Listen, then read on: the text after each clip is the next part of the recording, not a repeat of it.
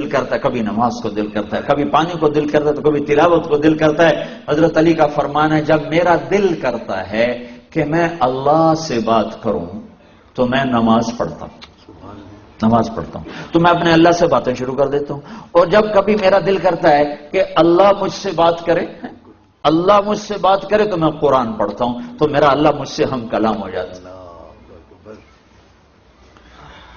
اول تو کوئی قرآن پڑھتا نہیں، پڑھنے والے ہوں تو ایک فون پر قرآن بند، ہاں جی کیا کرے ہو، اور بے وقوف اللہ تجھ سے بات کر رہا تھا، تو یہ کیا کر رہا ہے؟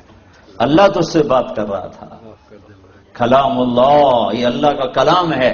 تورات اللہ کا کلام نہیں ہے، کتاب اللہ ہے۔ زبور اللہ کا کلام نہیں، کتاب اللہ ہے۔ انجیل اللہ کا کلام نہیں، کتاب اللہ ہے۔ اور قرآن کلام اللہ بھی ہے، کتاب اللہ بھی ہے۔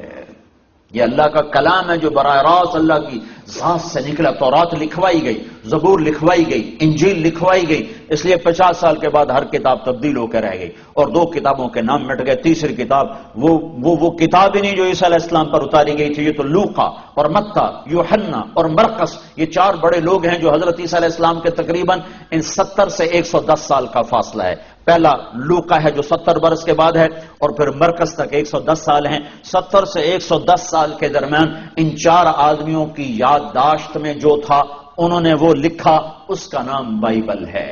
یہ وہ نہیں جو عیسیٰ علیہ السلام پر اتری تھی، یہ کتابیں تھیں، یہ کلام نہ تھا، اور قرآن کلام اللہ ہے، اور قرآن کتاب اللہ ہے۔ وَتَمَّتْ كَلِمَةُ رَبِّكَ صِدْقًا وَعَدْلًا لَا مُبَدِّلَ لِكَلِمَاتِهِ إِنَّهُ لَقَوْلٌ فَصْلٌ وَمَا هُوَ بِالْهَزْلِ أُحْكِمَتْ آيَاتُهُ ثُمَّ فُصِّلَتْ مِن لَّدُنْ حَكِيمٍ خَبِيرٍ قُرْآنًا عَرَبِيًّا لِقَوْمٍ يَعْلَمُونَ بَشِيرًا وَنَذِيرًا فَأَعْرَضَ أَكْثَرُهُمْ فَهُمْ لَا يَسْمَعُونَ لَوْ أَنزَلْنَا هَذَا الْقُرْآنَ عَلَى جَبَلٍ لَرَأَيْتَهُ خَاشِعًا مُتَصَدِّعًا مِنْ خَشْيَةِ اللَّهِ وَتِلْكَ الْأَمْثَالُ نَضْرِبُهَا لِلنَّاسِ لَعَلَّهُمْ يَتَفَكَّرُونَ۔ یہ کلام اللہ ہے، یہ رمضان میں اتارا گیا ہے۔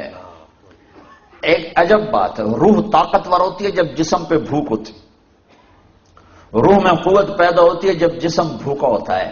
امام غزالی نے فرمایا جس دن میرے اوپر فاقہ آیا اس دن میرے اوپر علم کا نیا دروازہ کھلا ہے۔ تو اللہ نے رمضان کی بھوک میں علم چھپایا ہے، ساری کتابیں رمضان میں اتاری۔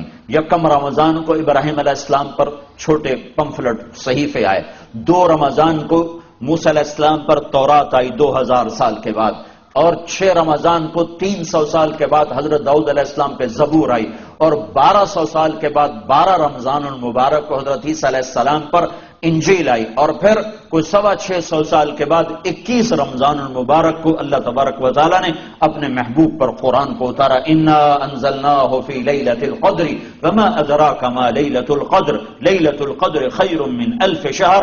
21 رمضان تھی، پیر کی رات تھی، نصف رات گزر چکی تھی، پیر کا دن شروع ہو چکا تھا، 12 بجے کے بعد اگلا دن شروع ہو جاتا ہے جب جبریل جلوہ نما ہوئے اور آپ کو خوشخبری سنائی کہ یا رسول اللہ آپ آخری نبی ہیں، آپ رحمت للعالمین ہیں، اور یہ آپ کی کتاب، یہ آپ کا کلام، یہ قرآن ہے جو آپ کے اللہ نے لکھ کر نہیں اتارا، اپنے نبی کے سینے پر براہ راست اتارا۔ علی قلبک نزل بہ الروح الامین علی قلبک، سیدھا میرے رب کی ذات سے نکلا اور آ کے محمد مصطفیٰ کے دل پر اترا اور دل سے زبان پر آیا۔ اس کلام کو مٹایا نہیں جا سکتا، بدلا نہیں جا سکتا، تبدیلی نہیں لائی جا سکتی، یہ نہ مٹ سکتا ہے، نہ بدل سکتا ہے، نہ زیر زبر میں فرق آ سکتا ہے۔ اسے اللہ اٹھائے گا قیامت کے قریب، صبح اٹھیں گے تو سارا قرآن خالی پڑا ہوگا، ایک حرف نہیں لکھا ہوگا، سارے ورق خالی، بدل نہیں سکتا ہے۔ تو قرآن ایک دسترخوان ہے جس میں روح کے لیے کھانے چنے ہوئے ہیں، کہیں توحید کا کھانا ہے، کہیں رسالت کی غذا ہے۔ محمد الرسول اللہ والذین معہ اشداء علی الکفار، کہیں محمد مصطفیٰ کی ختم نبوت کا بیان ہے۔ ما كان محمد ابا احد من رجالكم ولكن رسول اللہ وخاتم النبیین وكان اللہ بكل شيء عليما، کہیں آپ کی رحمت للعالمین کا بیان ہے، وما ارسلناک الا رحمۃ للعالمین، کہیں آپ کو لاڈ سے پکارا جا رہا ہے یا ایھا المزمل قم اللیل الا قلیلا، کہیں محبت کے ساتھ پکارا جا رہا ہے یا ایھا المدثر قم فانذر، کہیں آپ کو مختلف خوبصورت لقب دیے جا رہے ہیں، انا ارسلناک شاہدا ومبشرا ونذیرا وداعیا الی اللہ باذنہ وسراجا منیرا. کہیں آپ کی سارے عالم کی نبوت کو بتایا جا رہا ہے تبارک الذی نزل الفرقان علی عبدہ لیکون للعالمین نذیرا. کہیں آپ کی طرف سے صفائیاں پیش کی جا رہی ہیں اور آپ وکیل صفائی میرا اللہ بنتا ہے. وکیل دلائل پیش کرتا ہے اور گواہ قسم اٹھاتا ہے. قسم اٹھانا وکیل کے، جو وکیل قسمیں اٹھانا شروع کر دے تو وہ کچا پڑ جاتا ہے. وکیل کا کام ہے دلائل دینا اور گواہ سے قسم اٹھائی جاتی ہے. ہمارے دیش میں عدالت میں گواہ سے قسم اٹھائی جاتی ہے. اللہ واحد ذات ہے جو اپنے حبیب کے لیے وکیل بھی بنتا ہے، گواہ بھی بنتا ہے، قسمیں بھی اٹھاتا ہے. والنجم اذا ہوا ما ضل صاحبكم وما غوا وما ينطق عن الهوى ان هو الا وحي يوحى علمه شديد القوى ذو مرة فاستوى وهو بالافق الاعلى ثم دنا فتدلى فكان قاب قوسين او ادنى فاوحى الى عبده ما اوحى ما كذب الفؤاد ما راى افتمارونه على ما يرى.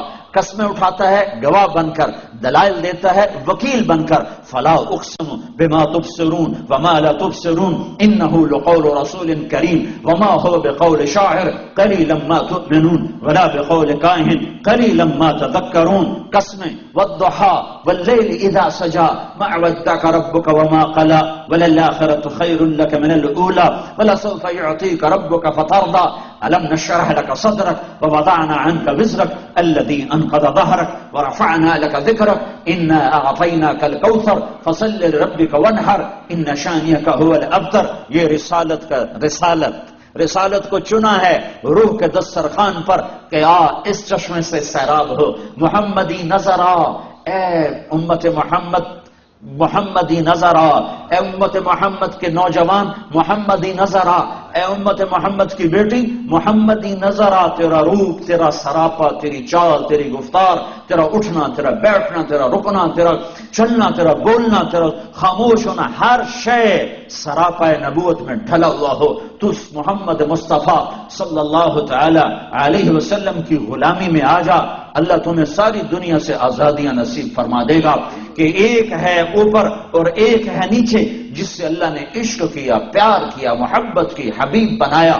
محمد کہا، احمد کہا، ماہی اور حاشر اور عاقب اور فاتح اور خاتم اور ابو القاسم اور طٰہٰ اور یاسین اور مزمل اور مدثر اور مبشر اور نذیر اور داعی اللہ اور سراج منیر اور کیا کیا خوبصورت ناموں سے نوازا اور اعلان کیا. فلا وربک لا یؤمنون حتی یحکموک فیما شجر بینہم. اے میرے نبی یہ بتا دے اوسو والوں کو کہ مجھے تیرے رب کی قسم ہے. یہ قرآن کی سب سے خوبصورت قسم ہے. قرآن نے مختلف جگہوں پہ قسمیں اٹھائی ہیں. یہ قرآن کی سب سے خوبصورت قسم ہے کہ اللہ کہہ رہا بتا دے ان کو کہ مجھے تیرے رب کی قسم جب تک تیری غلامی میں نہیں آئیں گے میں قبول نہیں کروں گا.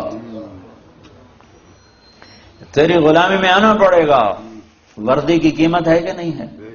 وردی کی قیمت ہے کہ نہیں ہے؟ کوئی کام نہ کرے، وردی پہ تنخواہ ملتی ہے کہ نہیں ملتی؟